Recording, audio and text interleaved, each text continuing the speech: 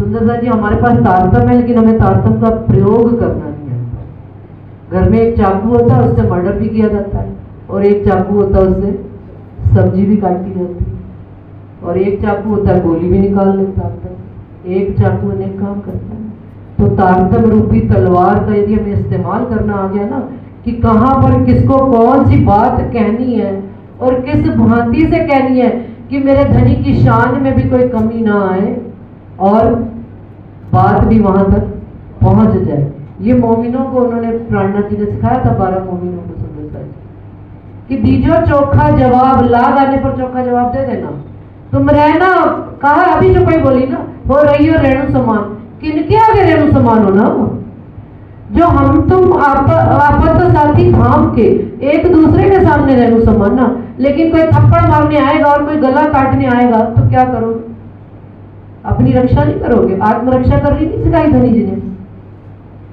खड़े हो जाओ सब मिलकर, एकजुट, एक रूप, एक स्वरूप होकर। जब हम खड़े हो जाएंगे ना, तो हम सब सरकार हैं सुंदरता जी, हम सब एक एक। मुझे याद है कि हमारे जयपुर में सुंदर साहब कहा करते थे, एक नु ही छेड़ो ना ज्ञान का स्वरूप निकलता है। वो धनी ने हमको शक्ति बख्शी है सुंदर साहब जी। कोई भी नहीं आगे हमारे से बात कर सकता। राजी महाराज ने एक एक चौपाई, एक एक बात अच्छे से समझाई है, वेदों से, कतेबों से, कहीं पर कोई बात की कमी नहीं रखी। लेकिन हम ढीले पड़ते जा रहे हैं, तो सामने वाले क्या समझ रहे हैं? कमजोर है, कमजोर।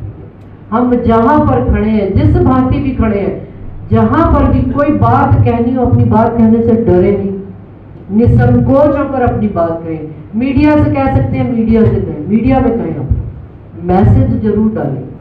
ये ना समझे कि हमारे साथ कोई नहीं, हमारे साथ धनी थे, हमारे साथ धनी है और हमारे साथ धनी रहेंगे। और धनी तो राजी महाराज क्या कह रहे हैं, एक। और राजी महाराज हमसे मांग क्या रहे हैं सुंदर साहब? केवल एक चीज, खसम करावे कुर्बानियां, आओ मैं मारेगी। हमको हमारे अहंकार छोड़वा के धनी कह रहे मेरे पर फिदा हो जाओ। और देखो फिर धनी हमारे साथ खड़े हैं, हर पल हर समय धनी हमारे संग है। और हमें संदेश, हमें उनके मैसेजेस भी आते हैं सुंदर साहब जी। हक संदेशे पर्दे से आवत, ये जो इतना बवाल डाला हुआ है ना इन्होंने, ये हमारा परीक्षण हो रहा है, हम कितने ईमान पर खड़े। अब ईमान पर खड़े रहने की जरूरत है, एकजुट होकर एक ईमान पर कि हम श्री जी साहिब जी के नाम पर मर मिटेंगे। केवल गाएंगे नहीं, केवल कहेंगे नहीं। धनी अब आर्य पार, सीधी सी बात है। अब तो लड़ाई ऐसी हो गई, अब आर्य पार, अब 2 नाव वाला सवार चल नहीं सकता। अब तो एक को निर्णय करना ही पड़ेगा। हद पार बेहद है, बेहद पार अक्षर, अक्षर पार वतन है, जागिए इन घर। अब हमने खुद निर्णय करना, हमने हद में रहना, हद के पार बेहद की भूमि है। हमारे तो गादीपतियों को यह भी नहीं पता कि बेहद की भूमि, योग माया का ब्रह्मांड, 7 बहिश्ते जहां पर कृष्ण तत्व बहता है। 7वीं बहिश्त में कोई नर्क वर्क नहीं है सुंदर साथी। ये अज्ञानता की निरी, बिल्कुल टोटल अज्ञानता है। ये धनी की मेहर और कृपा देखो, सतगुरु महाराज ने एक एक बहिश्त रटाई हुई है आपको। और हम तो पहली बहिश्त के वासी हैं, 4थी बहिश्त वाले हमसे क्या लड़ेंगे? 4थी बहिश्त वाले हमको क्या ज्ञान देंगे? और हमने तो उससे भी आगे जाना है, पहली बहिश्त से भी आगे। कहा? मूल परम धाम राज श्यामा जी के चरण कमल पर जाकर, उनके चरणों में हम बैठे हुए हैं। ना वहां पर कोई नाम जाएगा, ना तत्व जाएगा, ना बोल जाएगा। ना हो सकता है कोई किसी सुंदरता को मेरी बात ना भी जच रही है, मैं क्योंकि पहली बार आई हूँ, मैं यहाँ के सुंदर साहब को ज्यादा जानती नहीं हूँ।